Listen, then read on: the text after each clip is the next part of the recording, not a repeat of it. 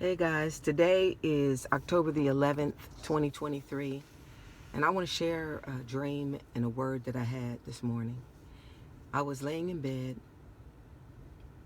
and I guess I was dreaming. I was dreaming, and I got ready to get up out of bed because I was going to go to the bathroom. So when I went to roll over to just, kick my leg out of bed and get up, I heard, advise the people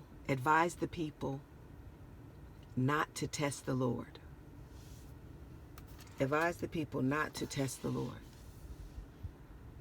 And when I got finished hearing that, I got like this,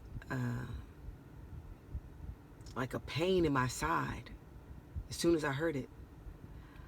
And it was kind of like if you ever had one of those parents that would like pinch you or, twist your ears or something like that. And you'd be like, okay, okay. That's how it was. Like knowing that it's highly likely for me not to take this seriously. But I was like, okay, okay. No, I said, yes, yes, yes. And when I said that, the pain stopped and I woke up. So that's what I wanted to do. I wanted to warn people, do not test the Lord. He is not playing.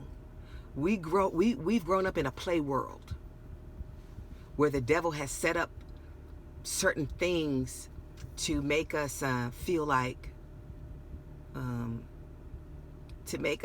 we have a lot more control and say so over things than what we really do. I remember when I was coming along in the 1970s, they would talk to parents about child psychology. Anything but the rod, what God prescribed for children. You're not negotiating with them. You're not trying to convince them of anything. You're just showing them through the hard fact that if you don't do what I told you to do, I'm going to spank you with this rod. And then you just say, okay, okay. And that becomes reality from then on. That becomes what is right and what is true from then on. And you don't question it. You don't try to jump over it. And then that way, the whole world, the whole society is functioning upon the same set of truths. Not what we have now. You do what you think is right. He does what he thinks is right. They have people doing all this child psychology. Meanwhile, the kids are just without discipline. They don't take anything or anyone seriously. They feel like they can question everything. And this is what the devil wanted. To get to the point where we are now, where it's basically like, do what you will. Do what you want to do.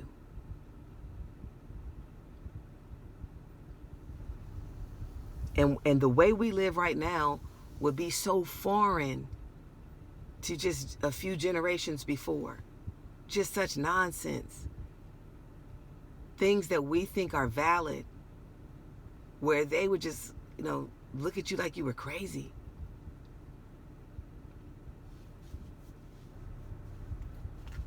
People hitting their parents. Children hitting their parents. Even talking back to your parents was something that did not go on when I was a little child. Parents would spank you in public. Now, if you talk to your kid in a harsh way in public, there are people who will call CPS on you. There will people who will call you out. Hey, you shouldn't be talking to him like that. You're going to mess up his self-esteem. So we just live in this play world. Mr. Rogers in the land of make-believe, where you can just make reality just be whatever you want.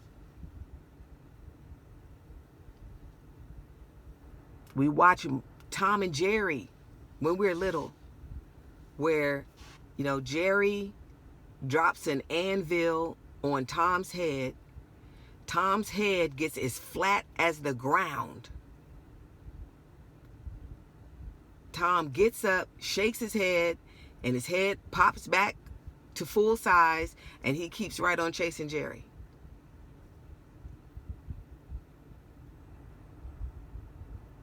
We're being shown things that are non-reality.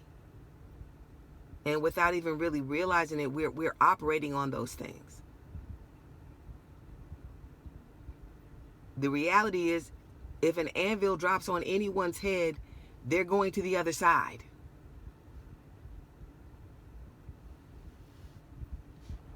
We watch movies where people just get divorced and then they just live next door to each other and raise the kids in harmony with the new step parents and all that stuff.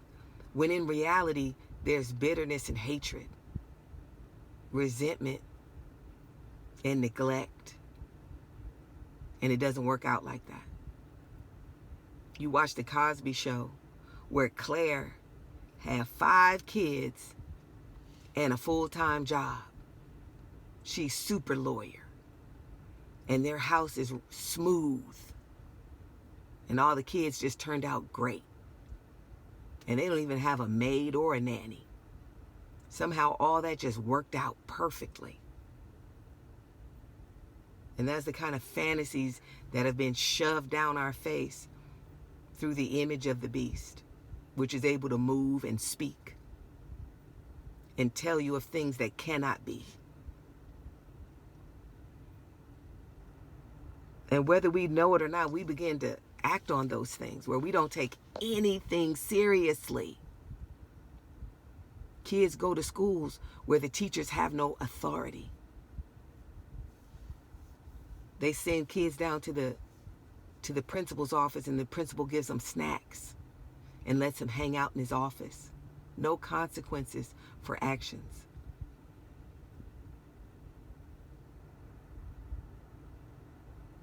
Even kids get in trouble with the law,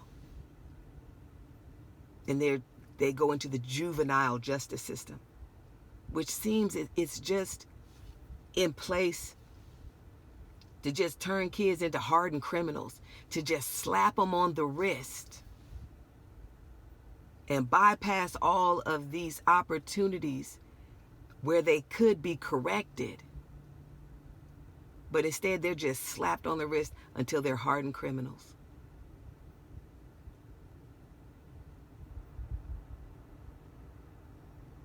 Because ultimately, in addition to the chaos that the devil wants to create, he wants you to think God is a joke like this stuff that we're dealing with. He wants us to think we can just la through life and there'll never be any consequences, because there's no consequences in our world.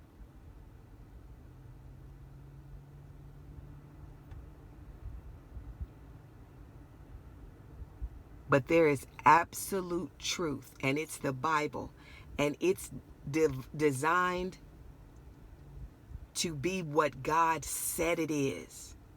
It's not up for any discussion. It's not up for any debate. It's not waiting for your approval. You're going to be held to it. The whole world is going to be held to it. People who say they don't believe in God, in this God,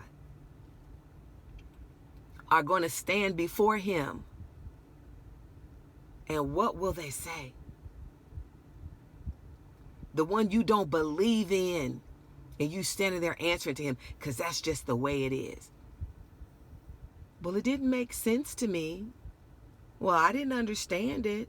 No one proved it to me.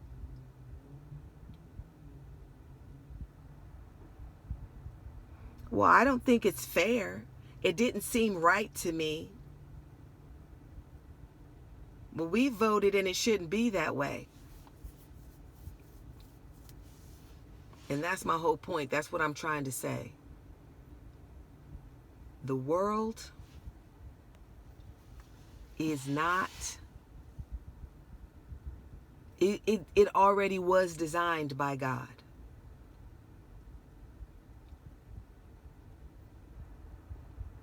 We're not here to make our contribution to it.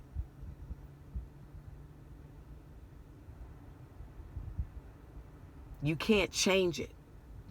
You have to adjust to it. You have to live in it. You have to play the part you were given. If you're a man, you got to be a man. If you're a woman, you have to be a woman. While you're a child, you have to be a child. I'm going to read from the book of Jude.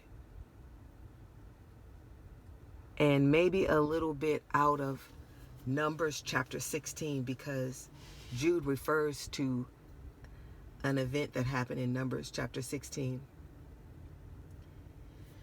So I'm just going to read. Jude is the book the book in the Bible right before the book of Revelation. Jude, the servant of Jesus Christ and brother of James, to them that are sanctified by God the Father and preserved in Jesus Christ and called, mercy unto you and peace and love be multiplied. Beloved, when I gave all diligence to write unto you of the common salvation, it was needful for me to write unto you and exhort you that ye should earnestly contend for the faith which was once delivered unto the saints. So what I want to say by that, he's already kind of getting into it, where he's saying earnestly contend for the faith that was delivered to the saints. Like it came already the way it was supposed to be. So you contend for that faith, not making a new faith, making adjustments, making tweaks, but you have to stick to what was delivered. We can't allow people and places and things and times and people's feelings and all that stuff to change things. It was delivered, and you have to contend to keep it just like it was. For there are certain men crept in unawares, who were before of old ordained to this condemnation, ungodly men, turning the grace of our God into lasciviousness, and denying the only Lord God and our Lord Jesus Christ. See, they're trying to turn something. They're trying to change the thing. But it was delivered, and we got to keep it like that. Verse 5, I will therefore put you in remembrance, though ye once knew this, how that the Lord, having saved the people out of the land of Egypt, afterward destroyed them that believed not, and the angels which kept not their first estate. You see how it is?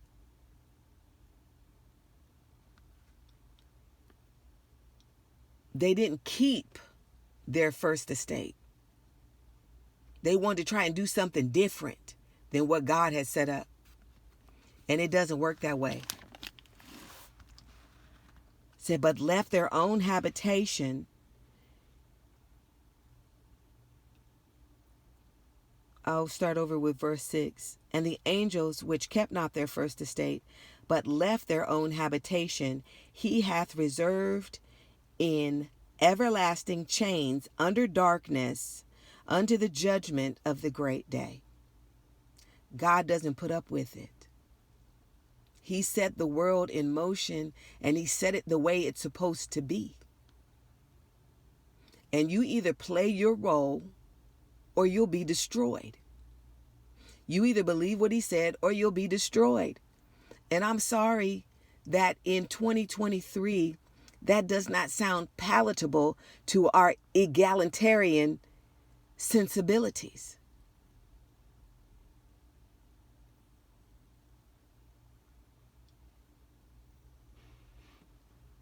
Verse 7 says, even as Sodom and Gomorrah and the cities around the cities about them in like manner, giving themselves over to fornication and going after strange flesh, are set forth for an example, suffering the vengeance of eternal fire.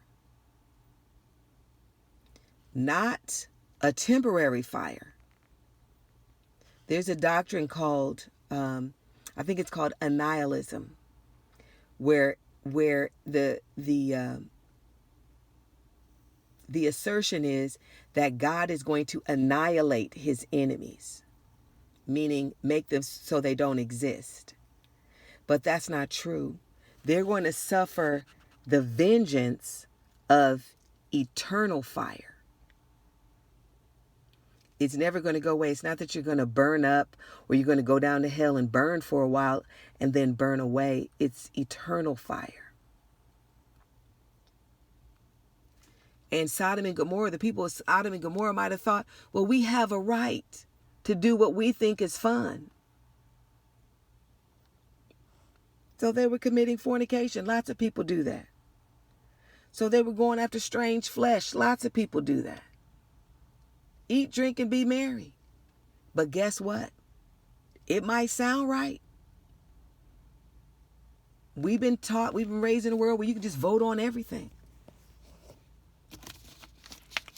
But the reality of things is that God has set things the way He will have them to be.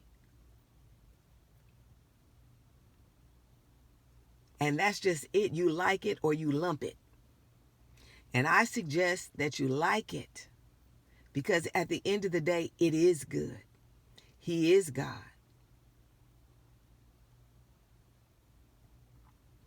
And the price of lumping it is too big for you to pay, because it's eternal. Let's just keep reading. Verse 8.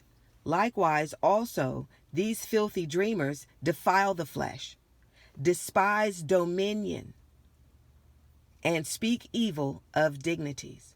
Despising dominion, that dominion is power over you. Something has dominion over you. God gave man dominion in the earth, which means that dominion was God's to even give away. So the ultimate dominion goes back to God. When the earth goes away, when God decides what's going to happen to the earth, dominion flies right back up to Him.